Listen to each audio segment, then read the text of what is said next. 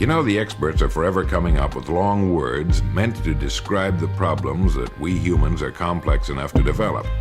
And not too long ago, they came up with a dandy. They use it to describe the feeling us poor men get, particularly the man who finds a lump like a watermelon with thorns right in the pit of his stomach. The word is panophobia, and it means fear of everything. This is the word that fits the man or woman who seems to have vague, undefined fears. Fears that he can't quite put his finger on. Like the hard-working man who suddenly begins to fear that the company is sharpening the axe for his neck.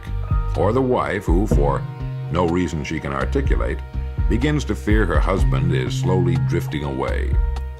Now, there's no medicine known that can cure this emotional malady that daily puts its icy clamp on the insides of millions of commuters, although the tremendous sales of tranquilizers is a tip-off to the emotional teeter-totter most people seem to be on the wrong end of.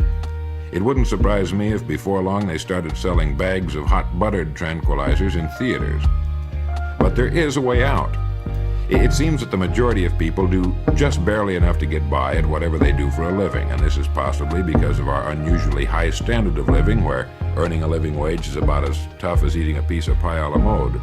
Maybe it's because of our play palaces that pass along disguised as colleges, but the facts are hard to argue with.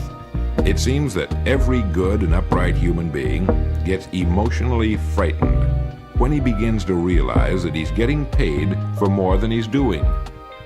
Of course, he'd die on the rack before he'd admit it, but you can't kid yourself, no matter how hard you try.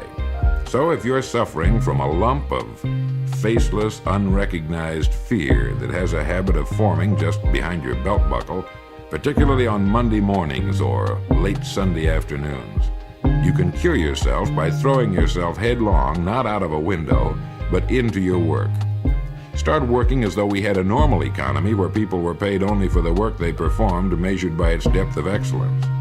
Become an expert at what you do for a living, and as you take more and more pride in your work, you'll find you like it better. You'll probably see your income inching up, you'll be happier, and one day you'll sit straight up and realize that this emotional panophobia tumor has disappeared. You'll probably smile, look around, and see the guy sitting next to you has that strained, tight-lipped, scared look that means he's caught it. A good way to get started is to sit down and decide on something you've wanted very much for a long time. Make up your mind you're going to have it, and then go to work to get it. You'll be too busy to worry about anything. Johann Wolfgang von Goethe, the great German philosopher, once came up with a great truth that all of us ought to paste on the mirror of our medicine cabinets. He said, "Before you can do something, you've got to be something."